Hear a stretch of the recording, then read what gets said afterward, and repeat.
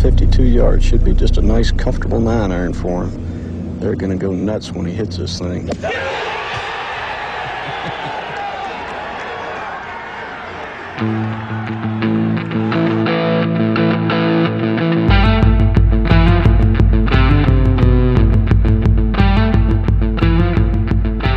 Yesterday's price is not today's price. Yo, welcome in, golf fans, to another episode of the Preferred Lines Golf Podcast. My name is Joe Idoni at Tour Picks on Twitter. Here to be your host for the show. Glad to have you. Listen, last week was probably my favorite and my most popular show of all time. I am deeply gracious and appreciative of those who checked out the show and shared it with a friend. So thank you so much. If you're new to the show, happy to have you along. Make sure to give it a like, a subscribe, maybe share it with a friend. All of those things help me out a ton, as you will see. Essentially, an ad-free show here, with the exception of my one guys, obviously Chad, Jish, Eric. I talk about them every week at Fantasy Golf Pod. Check out their amazing content. They had an awesome Masters preview show last week with BK on there. I found it a ton of fun. It's refreshing content. It's not always so serious. My boy Chad is absolutely cleaning up in the DFS streets. You love to see it at Fantasy Golf Pod. Proud supporter of the show. Okay, so we had an eventful Masters Sunday. Maybe the biggest sweat of my life. We'll get into it soon. Jon Rahm is a worthy and champion, a superhuman, the best player in the world that we have right now, ended up coming out on top of the 2023 Masters. And it was a week we won't soon forget. That said, we're right back. Elevated event down the road in Hilton Head, Harbour Town Golf Links. The RBC Heritage is always one of everyone's favorite events of the year. This year we have an absolutely stacked field on hand.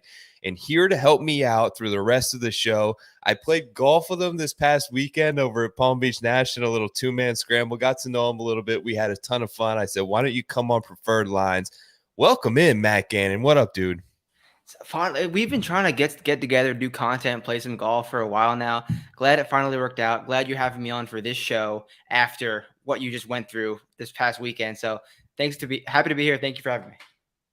Yeah, absolutely. Thank you guys, Joanne, Ted, Fran. Thank you guys for checking it out. I'm glad some of you were able to hit Rahm last week. Matt, give me your overall thoughts just on how the Masters closed down on Sunday. We had 27 holes to play. We had a ton of action throughout the day. It was long. It was strenuous. It was extra long, depending on who you played behind yesterday. But what did you make all in all?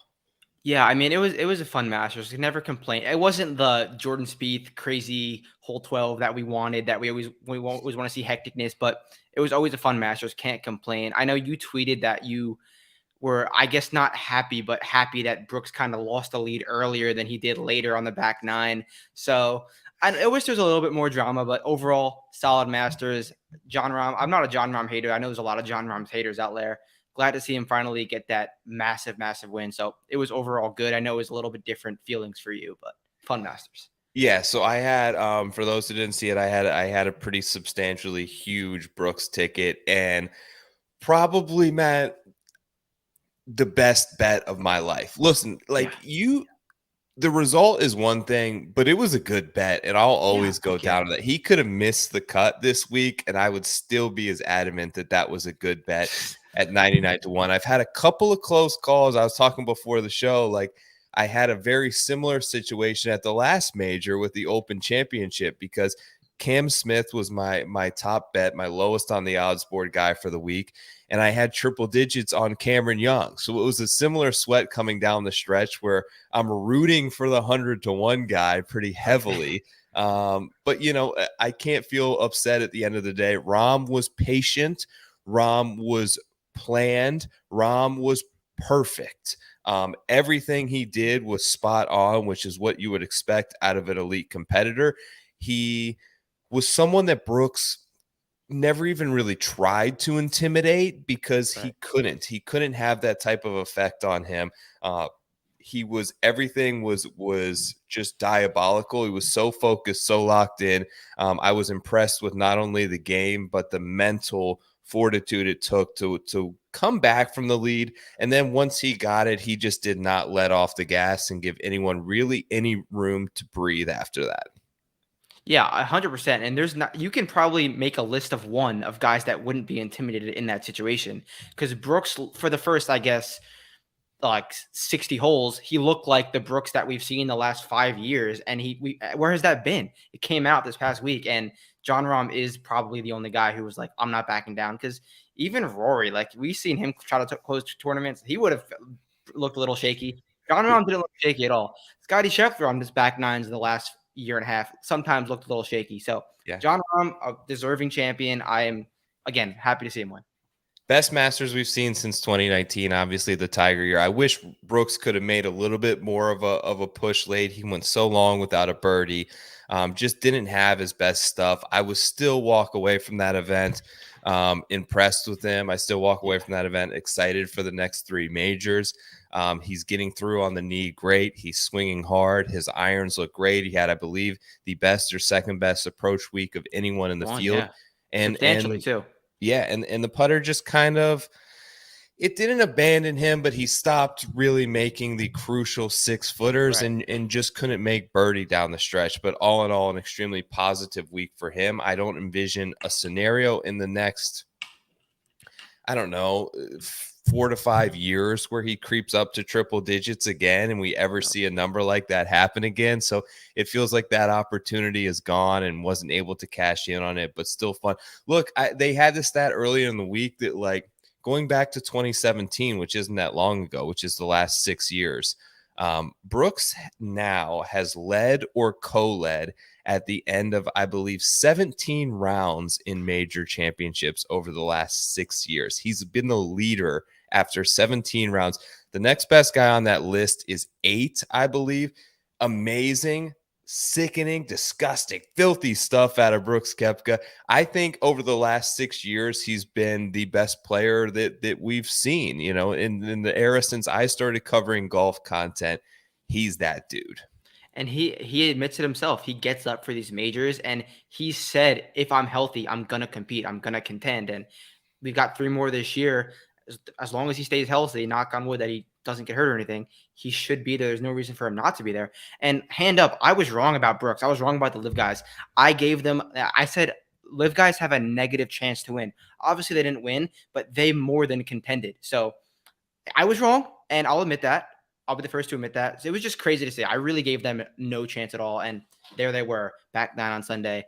More live guys in the top 5 than PGA Tour guys. So just a crazy sport that we cover. Yeah, probably, no doubt, dude. So probably the most impressive, I think, performance. Even more so impressive than Rahm. I mean, Rahm was one of the 3 favorites coming in, but walked away from that week extremely impressed with Brooks. Extremely disappointed, on the other hand, in what we got out of Rory McIlroy. All the preparation, speaking of having a plan, speaking of just having to go out there and execute, speaking of catching the good weather wave, everything went his way until the very first hole when he actually had to play the Masters. What's going on with this dude? Look, it's all. I think he admitted it too. It's mental, because we see Rory play every single week. He looks like the best golfer week in, week out. Not always, but like sometimes looks like the best. And I'll be the first to admit when I'm wrong again too. I was so high on Rory this week. I was like, if there's a week that he's got the soft conditions that reminds me of Congressional, it's the Rory McIlroy. He got the weather wave. It's just everything that was going on. I played 81 holes to practice. It's just like, and then we see him come out, drive it left, bogeys 1, and it's just a mess from there. Misses the cut horrifically.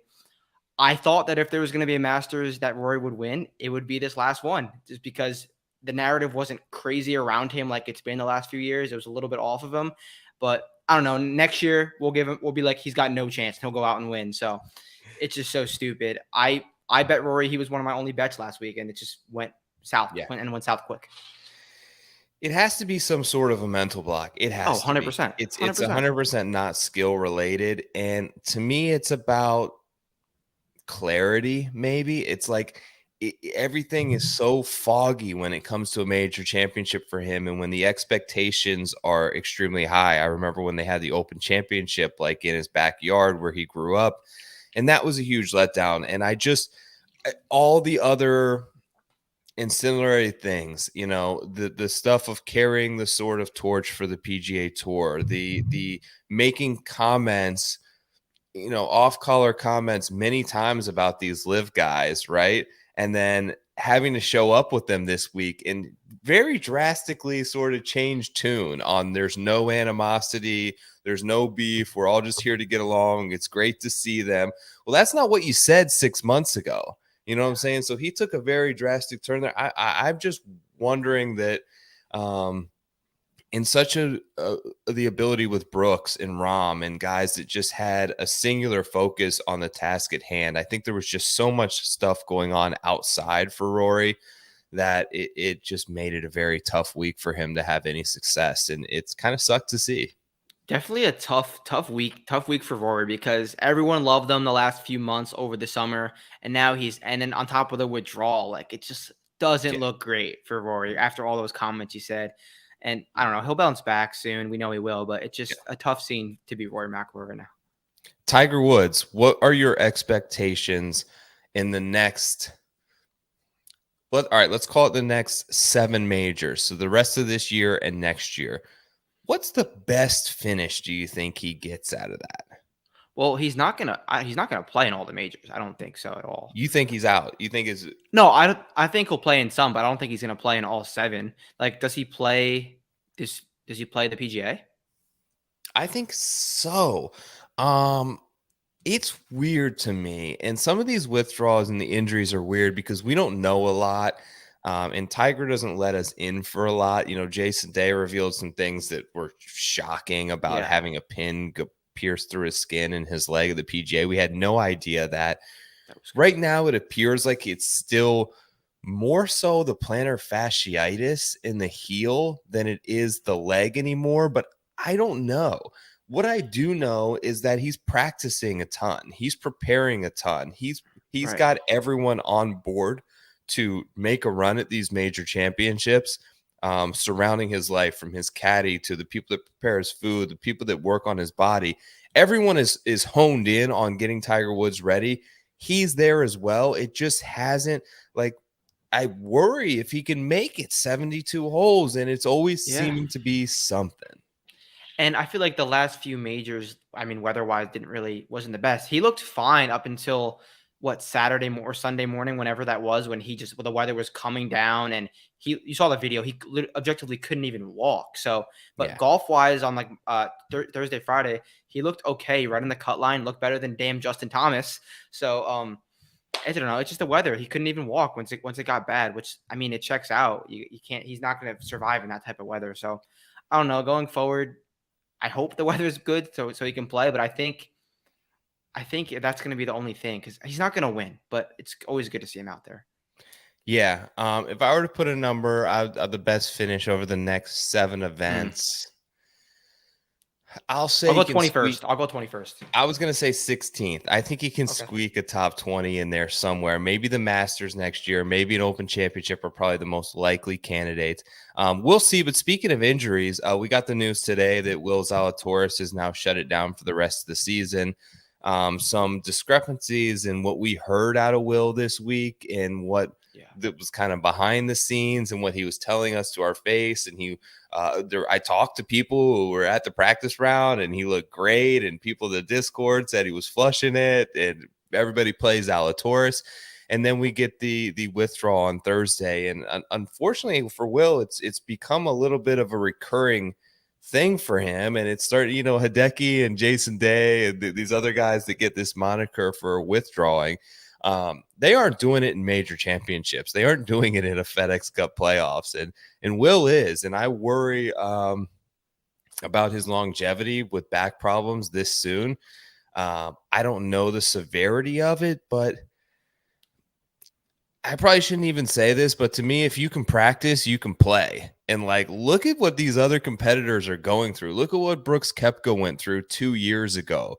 Right. He had no business playing in that Masters. He was 5 weeks out of major knee surgery and went around and limped it around and missed the cut and took it on the chin, right? Look at what Tiger Woods has tried to gut himself through. And these other competitors, I hate to question someone's toughness, but the other side of me is like, man, you played full practice rounds all week. What happened? Like, is it a confidence thing that is making this injury worse for you? And that's kind of what I believe it might be. And it's, are you worried you can't go out there and live up to the expectations that you have set for yourself at the Masters, and allowing an injury to further exasperate that? I feel like there's got to be more to it, because he said in his interviews, I watch every single or read every single interview. He said, Yeah. this week I'm 100%. Even after that sickness at the match play, from that I'm 100%. From my injury, I'm 100%. That's what he said. So I don't know why he would say that and then withdraw and then immediately get a surgery. Did he re-injure himself in the practice round? I don't know. We're gonna have to hear something from him over the next few weeks, I hope. But he didn't really seem to say that in his, I guess, quote he put out. But I don't know. He's my favorite golfer, like, of my lifetime. Truly, he's my favorite golfer. I have that poster of him right here. Yeah. And it sucks to see, because he's my favorite golfer, and I just hope he gets good, but he clearly hasn't been right. He had that 1 4th place finish at the Genesis, but even the stats, he had that one good stat week. Everything else is not Will Zalatoris. We know how much he gains with his irons. He's not been doing any of that, and it's been tough to see, tough to follow, because I want to see him out there. We know he changed his swing because of the back prop. He had to, so it's going to take time. It's going to be a long grind, but I believe in my guy. I believe his game is going to travel. His game is going to play after his injury. So I just hope he gets good soon. Yeah, my boy Dan is pretty shocked he was able to have surgery on Saturday. What's up, Dan? You see, Dan, shout out Dan, who went to the Masters and was kind enough to send me this hat. You got it already. That is the type of supporter on the show we love. Showed up on Monday morning, dude. What a man. I hope you enjoyed your week there, Dan. But yeah, so I guess closing out the Masters, like, overall thoughts on where do you stand on Live? Like, are you impressed with these guys? Are you hell yeah, relinquishing any sort of previous feelings that you had toward their preparedness? And are you ready to just like accept moving forward that this is what we have, and we're going to be lucky to see these guys 4 times a year? And how does this change how you assess them in major championships moving forward?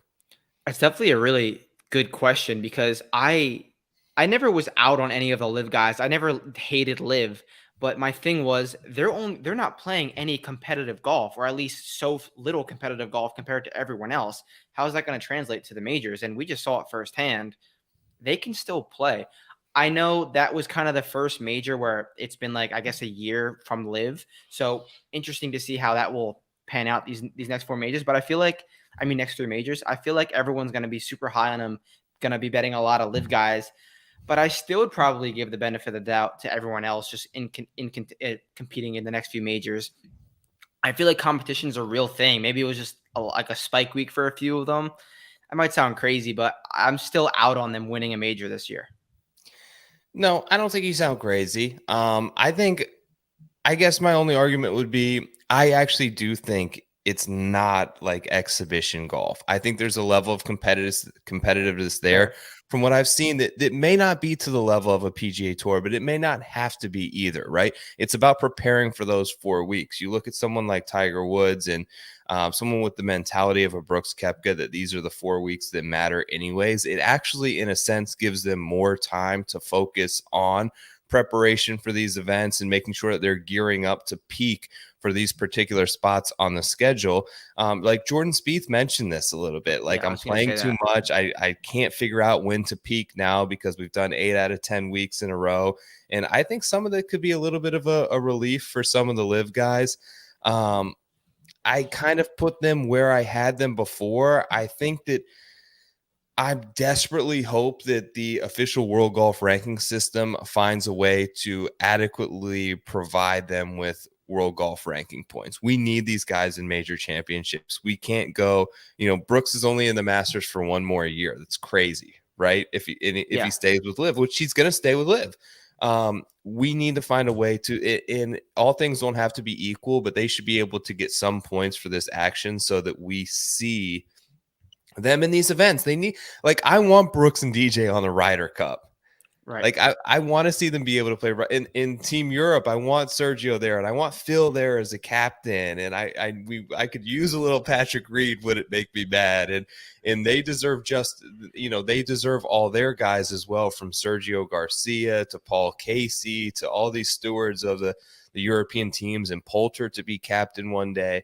I think that it's bad for the sport if it's not, and it's disingenuous to the golf fan to pretend like these guys get 0 points while these other guys playing on a different tour are able to accumulate all of them and just pass them up. And then they're supposed to come together and compete for majors. It just, at some point very soon, if it's not figured out, it's going to get unfair. And who doesn't want to say, like, watch a Brooks Rahm final group?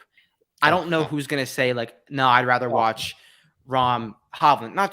No shots to Hovland, but people would want to watch that. And I'm sure the TV ratings would have been significantly less if it wasn't Brooks and Rahm. If it was Rahm and Hovland, Rahm and Cantlay, or Cantlay, LOL.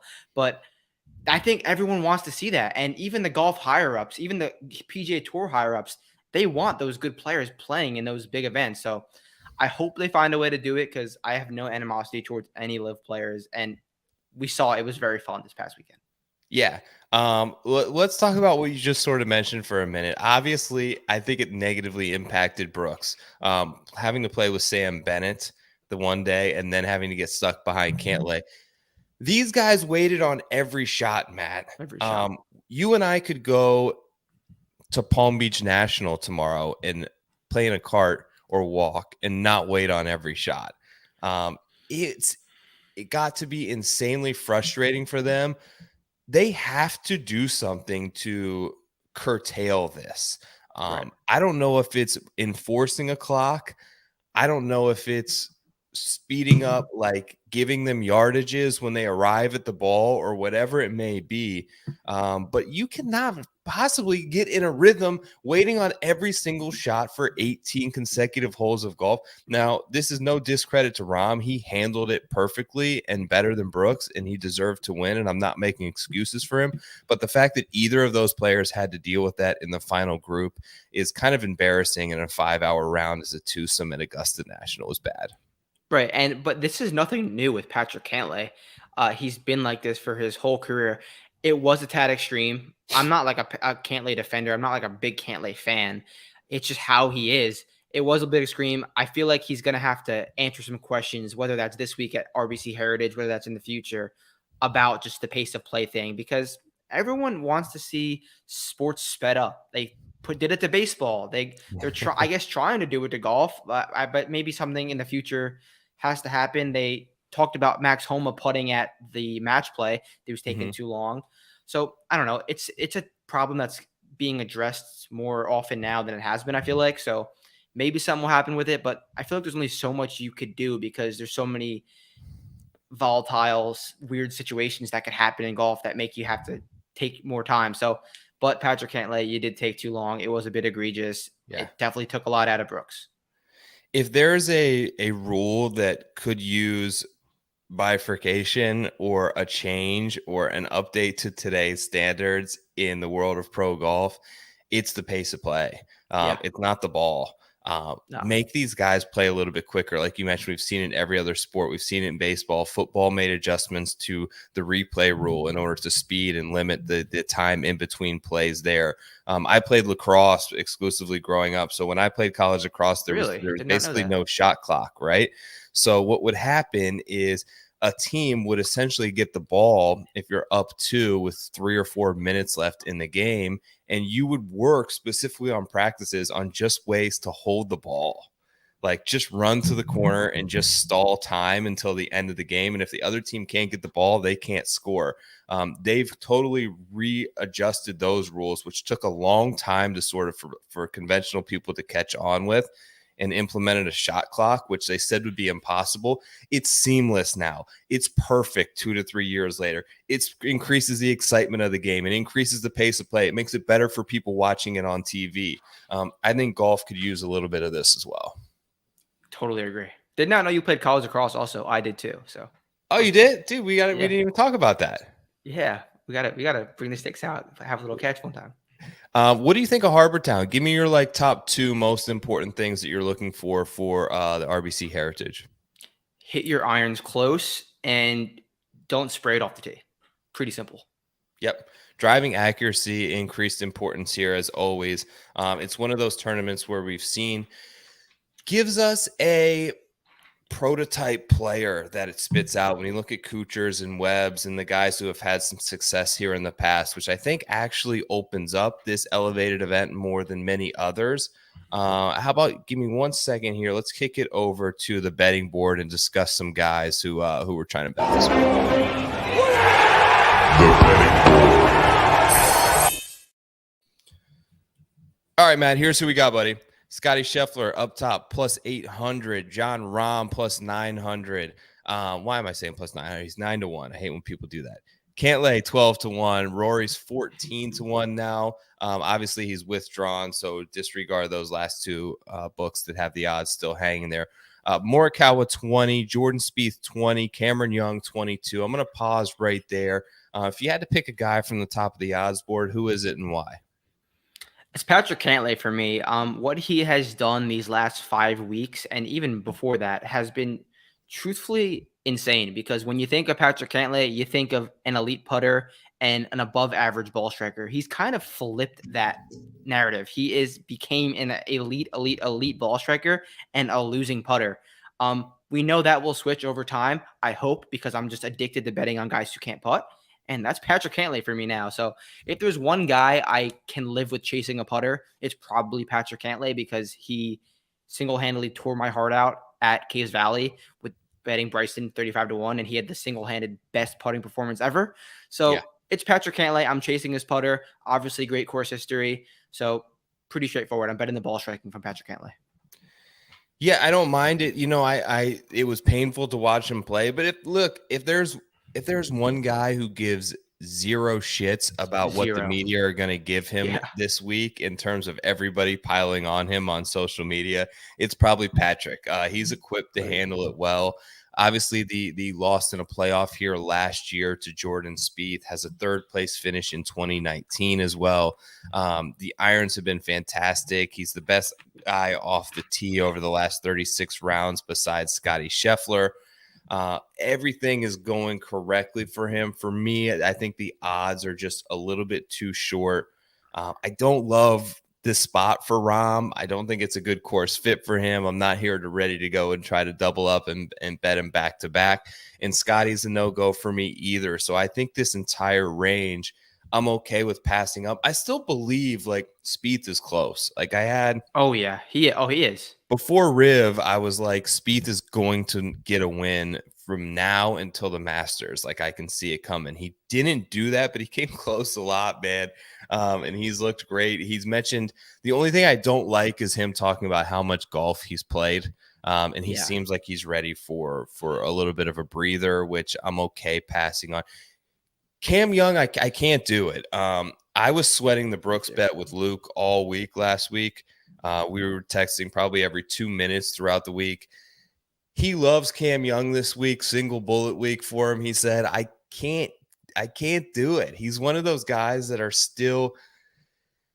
Has he positioned himself to stay at this number? Because I believe we said this last year when he was around like 30-1s. And then I got to the Open Championship and he had a couple of bad weeks and he was up to 125-1. I think we're going to see that run, maybe not to that magnitude, but it will happen again with Cameron Young. We're quick to bump him up and down the odds board, and I feel like he's just as likely to win at a big number as he is at 22-1, so I can't take him at what is basically the lowest number of his career in an extremely strong field to win at a golf course that I don't think rewards his biggest asset either. So I'm just not quite there at 22. Yeah, I think a lot of people are taking too much out of that round one, like 64 he had last year. And then he didn't do much after that, kind of just parlayed it into a top 5 finish, but it was kind of slow after that.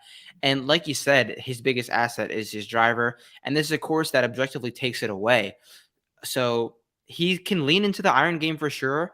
Adding Paul Tesoro to the bag for sure. That's going to definitely boost his odds to win. But I don't want to chase that 20-1 on Cam Young. Not even chase it because he hasn't won yet. I don't want to I can live if I lose to a 20-1 Cam Young is what I'm saying. Yep. I can lose if it happens and I'm not there at this number. Vic's 22-1. He's playing great. Xander 26-1. Justin Thomas has gotten to this point where he's 28-1 at the Heritage, which is kind of mind-boggling. Sungjae 28, Finau 29, Fitz at 30, Homa at 31. I'm going to pause right here and sort of the second tier of the odds board. Any interest or thoughts on these players? It's just the JT thing is hilarious, and people are gonna keep betting it. And I'm not hating you for anyone for betting JT. He's a all world player, but it's just like you got to bet JT when he's 30-1. Like, do you? He's 30-1 for a reason. He's playing horrific golf, and like his best game is not there. His iron game is not there. This is a course where he definitely should contend at, and no one would be surprised if he does contend at. But again, he's 30-1 for a reason, and I don't want to play a guy who's not playing good golf. Yeah. The one, I guess, and I don't really have any numbers to back this up. So if anybody in the chat has seen anything on this, feel free to drop it in there. But of guys who this tournament is positioned in an interesting week, right? It's right behind the biggest event of the year. It's the week after the Super Bowl. These guys put so much effort and preparation into the Masters that I don't feel like there's a strong correlation with guys who play all 4 days in strict contention to then show up at the Heritage fully focused, fully motivated to go out on a very different golf course. Very different. Bermuda greens, tight. The shots that Rahm and Brooks got away with at Augusta National off the tee, they cannot get away with here. No chance. So it's just a totally different examination of a player on the week after the biggest event of the year. That's my one thing, like my caveat, where maybe Justin Thomas finds something. I had Spieth here last year, coming off a very similar scenario, an extremely disappointing miscut at the Masters where expectations were high, and a letdown to end his Friday round that crushed him. He showed up here and was able to win. So I wouldn't be surprised with a bounce back, Matt. I bet Matt Fitzpatrick at 30-1. The reason being is I have this narrative in my head that I want guys who I feel like want to be here, and without the obligation of an elevated field would still show up to this event. Who are those guys? I think Fitzpatrick is number one on the list. 100%. He's never missed this event in his career thus far. He's had middling performances, but has mentioned multiple times about how it's one of his favorite stops. Third best ball striking in the field at the Masters last week, plus 9.24 ball striking. That's what this place rewards. It was his best ball striking week since the U.S. Open where he won. He lost 4 strokes around the green last week. That's very atypical of Matt Fitzpatrick. He's only lost strokes in the short game area in 6 of his last 21 starts. So I'm confident that he can get that rectified. The ball striking was great. Despite, like I mentioned, a horrible, bad super chalk miscut last year. He still managed to gain strokes tee to green in 5 straight appearances here. Like I mentioned, he's gone every year. He would be here this year if it wasn't an elevated event. He's 30-1. I took it, but I worry I'm just going to miss on Homa here, man, because I did the top 25 rankings and he's still the number 5 guy on my list. And Fitzpatrick's like 19, and I'm quick to jump at Fitz. And maybe I'm just ignoring someone who I think is a top 5 player in the world at a 30-1 number that we don't often get anymore on Max. Any thoughts, any advice there for your boy? Well, I like Homa too, and he's been kind of struggling off the tee. But like we said, you can get away. You don't need to be elite off the tee here. There's going to be a lot of layups, going to be a lot of club down spots, kind of hit it to the spot. So he's not going to be needing to be ripping driver on every hole, and clearly he's struggling. So he's great in these iron ranges, these gap ranges that you're going to have to hit out of these weeks. And we know how hot he can get. And like you said, he could definitely still be a top 5 player in this field. He probably is.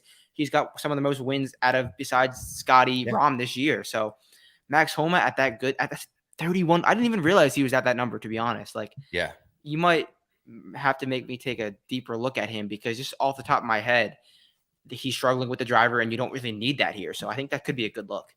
I have room for one more to add. It's between him and a guy in this next range. So Shane Lowry's now 33-1, down sub 30 in some books. It looks like FanDuel has him sub 30. He opened up at 40s. Everyone hit it. I missed it. I'm not quite there anyways, but definitely not going to chase the 33.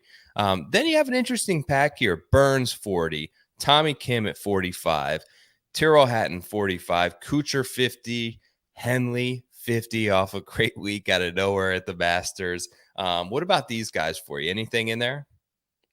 Yeah, those are, you mentioned Tom Kim before we came on the air.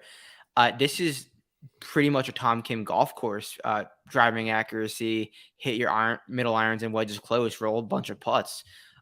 Yeah, and Sam Burns, Colonial, similar style golf course. I don't hate it at all. So yeah, I would probably go with those two guys. Kind of reminds me of Valspar too, in a way, which I kind of like for Sam Burns.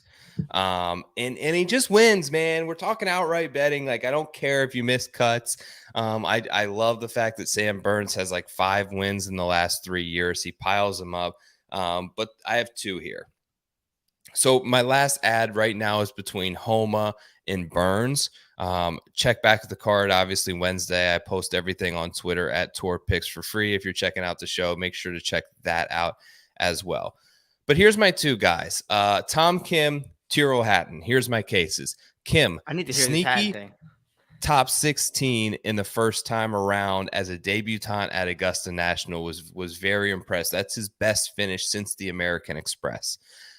Best week with his irons in all of 2023 last week. I think it's a great course setup for his skill set. It's going to reward his accuracy off the tee, which he is one of the top 4 most accurate players in terms of driving off the tee.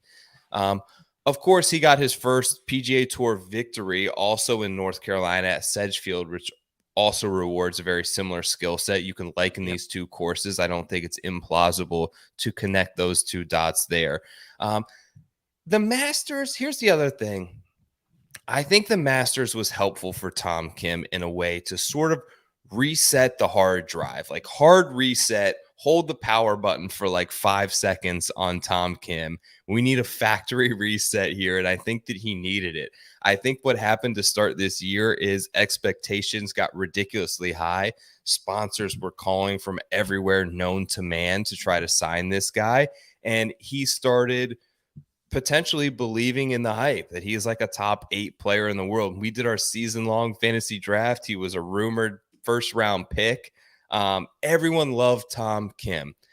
Then some middling finishes. That's when frustration can tend to build, when you feel like you're working hard but not meeting your own expectations as a player. I think what the Masters did for him is reset him to a 0 baseline your first time at the Masters, you aren't expecting to do anything. You're enjoying the experience. You got to play a practice round with Tiger Woods and Rory McIlroy and Scotty Scheffler and Bernhard Langer and learn as much as you possibly can. And it freed him up, I think, mentally to then go have his best finish of the year, which maybe reignited a little bit of that confidence, re-engineered a little bit of that self-belief and that he thrived on. Best putting performance of his career in North Carolina less than a year ago. I'm okay with Tom Kim here. And Tyrrell Hatton's the other one. Another guy that just likes this place, like Metz Fitzpatrick. I have no problem believing in the fact that I think he would have showed up to this course, whether or not it was an elevated event or not. T3, T39, T26 the last 3 years, nearly won this thing in 2020. He's gained 18 strokes on the field over the last 3 years at this very event. Hasn't lost strokes ball striking in his last 12 career worldwide starts. 3 of those 7, he's plus 8.5 strokes gained ball striking. He's absolutely flushing it off the middle of the face right now. He's accurate off the tee. 3 bad putting weeks in a row, I think can kind of reset here this week, coming back to a familiar place with smaller greens that I believe are more in his wheelhouse versus match play and Valero and Masters. I think this is more of a comfort zone for him. He's actually has averaged over 2 strokes game putting in his career here at Harbour Town. So a good opportunity for him to bounce back there. Both those guys, I know I'm going long with both those guys at 45-1. I really feel like are great bets. Yeah, I didn't even think about Hatton before you brought him up, but I definitely like your case for him there. I'd probably lean Tom Kim if I had to pick one of them, but for sure. All right, let's see who else we got moving just down a little bit from there. Connor 66, Ricky 66, Fleetwood 66, Justin Rose at 70-1. Obviously, Will Zalatoris is withdrawn if you're watching this on YouTube. Sahith off a great week at 70-1. JT Poston 80, Siwoo 80, Kirk, Bradley. Damn, Those Hoagie's two guys are 100. 90-1. Those are the guys under 100-1 this week for the RBC Heritage. Like any long shots, dude? Yeah, so what's a golf course that forces you to, I guess, lay up, hit spots off the tee, very small greens, and roll a bunch of putts? Pebble Beach. Who just won at Pebble Beach? Justin Rose. I Yep. think that's a very valid comparison and a very similar style golf course. And what does Justin Rose do best? Hit his middle irons well and roll putts. So I think he's a decent look at 70-1, a good play in DraftKings. And if you have some room for a long shot, I don't mind Justin Rose. And same thing with Tom Hoagie, elite middle iron player, Pebble Beach winner. 100-1, I would not have picked him to be 101 in this field. I thought he'd be a little bit lower. I think it's a good play, both of those. Yeah, man. I don't even mind Chris Kirk too much. You know, he Chrissy sort of K. makes his home in the Sea Island area. Another guy who's got a win on a short golf course Yeah. this year. Another guy who's got a short win on a short golf course this year is Siwoo Kim, who won the Sony, who plays Pete Dye course is great, who's played here great before. Has Siwoo won the Heritage? No, he's won the Wyndham. Not the Okay. Wyndham. The Wyndham. That's what I was thinking of. But yeah, you've got some winners here. Poston won the John Deere at a short golf course. This past year, the Gala's waiting to break through. I don't have any of them. I have a couple up here at 100-1 plus. Is there any guys you have interest in sort of super bomb range? I like that. Like we said about Chris Kirk, I got to be probably the only one that you've ever had on that has like a literal Chris Kirk poster in their house. Yes, like you are. No one else has that. But down there, Woodland's hitting the ball so well. He's literally like a top 5 ball striker on tour the last 5 weeks, but he just cannot make enough putts. I don't know. I don't think you should. I got Gary. You got Gary. All right. Sell me on Gary. I just look, when Gary gets himself in a little groove, he can kind of keep it rolling for a little bit. He's like Brooks Light. It's funny that they were both kind of tied up into the same controversy, but he strikes the hell out of the ball from tee to green. I'm cool kind of hopping on the train early here for Gary at 125-1. You know what? I'll be honest, dude. I'm looking at PGA Championship futures. The only one in triple digits, if I'm looking to find Cam Young or Brooks Koepka, and what I'm looking for when I'm finding these numbers for those of you guys is I'm looking for a guy with like elite spike potential that I think can win a major championship. I think Gary Woodland can and has, and I've hit him at 80-1 before to win a major. 2, they gotta be like big boy athlete strong, because the way that the Masters and the PGA and the US Open set up, it rewards athletes, it rewards strength, it rewards power. He's got that as well. Gained ball striking in 6 out of his last 7 events, including plus 7.5 at Augusta National. I'm good with sort of the old narrative of Gary Woodland, which is unusual because he's one of the longest on tour when he goes at it full. He was maybe the longest college player maybe ever during his time, but he's got this old narrative that kind of rings true where take Gary on shorter courses, right? What did I just say is the course comp? Pebble Beach. Where did Gary Woodland win? Pebble Beach. He's also won at Valspar, which is a short course. He's got second place finishes at Honda, the CIMB, Barracuda, Mayakoba, Sony, the American Express. Like, these are all short courses. Let's roll out Gary. We are gonna look crazy when we're just touting up Gary. He just plus 3 through 4 on Thursday. But no, the stats do line up. The course comps do line up. I don't hate it. And 120-1, whatever that number is, I think you can make worse bets than that for sure. Look, we're not going to look too crazy for Gary, but I'm still crazy for Denny.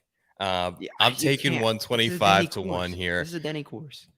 It's his course. I think any course can kind of be his spot now. Like Any course is a Denny course. Like the dude showed up at Riv in Southern Hills and Brookline, and like he's really good, man, and he's in the best spot he's ever been in, and he still has an asset in putting that can get him out of bad rounds and can accelerate really good ones. And I'm crazy for still believing in this guy. If I hit 125-1, I may like get me back to even on him.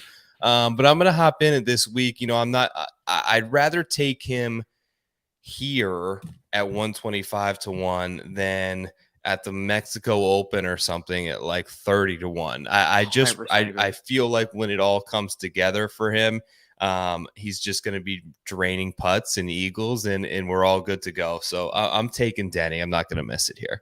Yeah, you want Denny when he's like talked about the least, and he gets touted up when he's in those Bermuda fields and he's in the top 10 of the favorites, and then he'll backdoor top 5. Then he does his best work when he's just under the radar, even at courses that don't 110% make sense for him. But this course does set up decently for him. Pebble Beach Comp, he was in the mix. I think he finished 4th there or something like that. I think we're just going to drill that narrative, and you're kind of selling me on some more guys. Let's go, dude. Awesome to have you on the show, man. We got to hang out more. We're going to get another scramble round in hopefully later this week.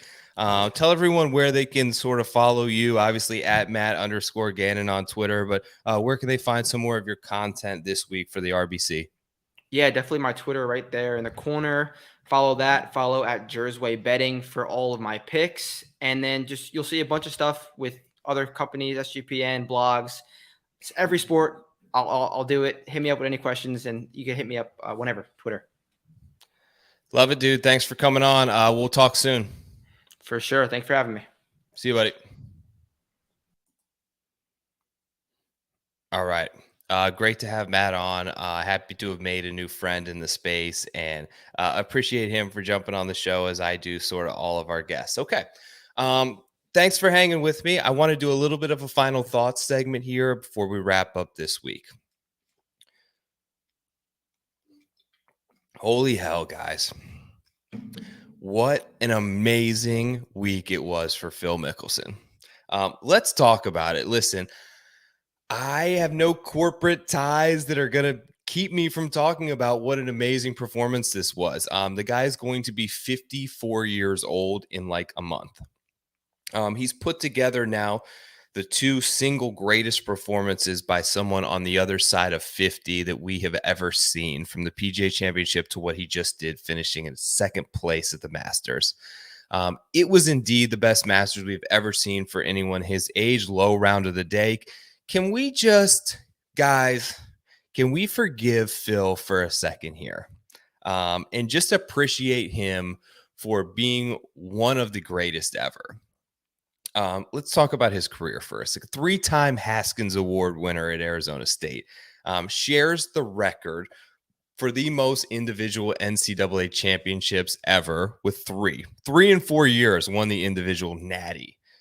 Maybe the most under-talked about accomplishment ever from a guy is Phil won a PGA Tour event while still at Arizona State as an amateur. Playing college golf, he won like the Tucson Open, an actual PGA Tour event. I don't care what the name of it was, who was in the field. An amateur won a PGA Tour event, and guess what? It was Phil. He's won 45 times in one of the toughest golf eras that has ever existed. 3 Haskins Awards, 3 national championships, 3 green jackets. One of the most charismatic and relatable athletes in any sport ever. Phil had a way to appeal to young and dads, and he made you feel like you could hang out with him and have a beer and share a lot in common while still being one of the greatest athletes in the sport ever. While disproportionately by his own actions and comments, This man ended up walking off the 18th green yesterday at Augusta National as a 53-year-old shell of himself, shooting 65 and 7 under par on his way to second place. And we can't get an interview. That's sad to me. This is mostly, like I mentioned, his own doing, but big money corporate golf media has, I think, scared this man away from a microphone to the point where he'd rather say nothing and disappear. And that's sad. Can we all just like take a step back and admit for a second that some of what he was saying, a lot of the main premise of what he's saying, he was right.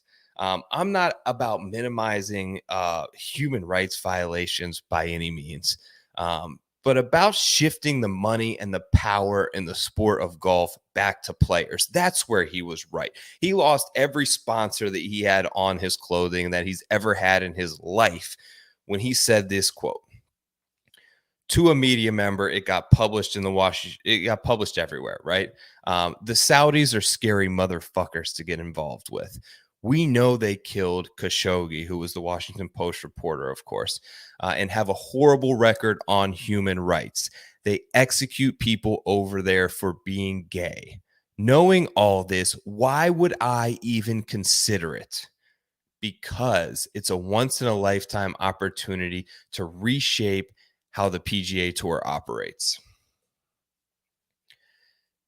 Said some horrible things there that he shouldn't have gone on the record with. But the end of it, reshape how the PGA Tour operates. This is not a fall on the sword take either. He got crushed for this. I know, you know, he knows about the mistakes that he's made, but they're not unforgivable mistakes. High paid and highly respected throughout our lives, athletes have made mistakes, big ones. And I feel like they're eventually met with grace. And that's where I'm at right now with Phil. I'm not, like I mentioned, giving opinions based on losing or gaining or appeasing a sponsor. This is what I feel like. And do I wish the money didn't come where it comes from? Of course I do. But the reality is, guys, there is so much outlandish wealth in that region of the world that we're going to start seeing remnants of their currency in more and more elements of your everyday lives. Cristiano Ronaldo is now gone. I think they like bought a Premier League team. They just bought the WWE and maybe the UFC. The dollars can be connected more and more from that region to the commercial products that you use every single day.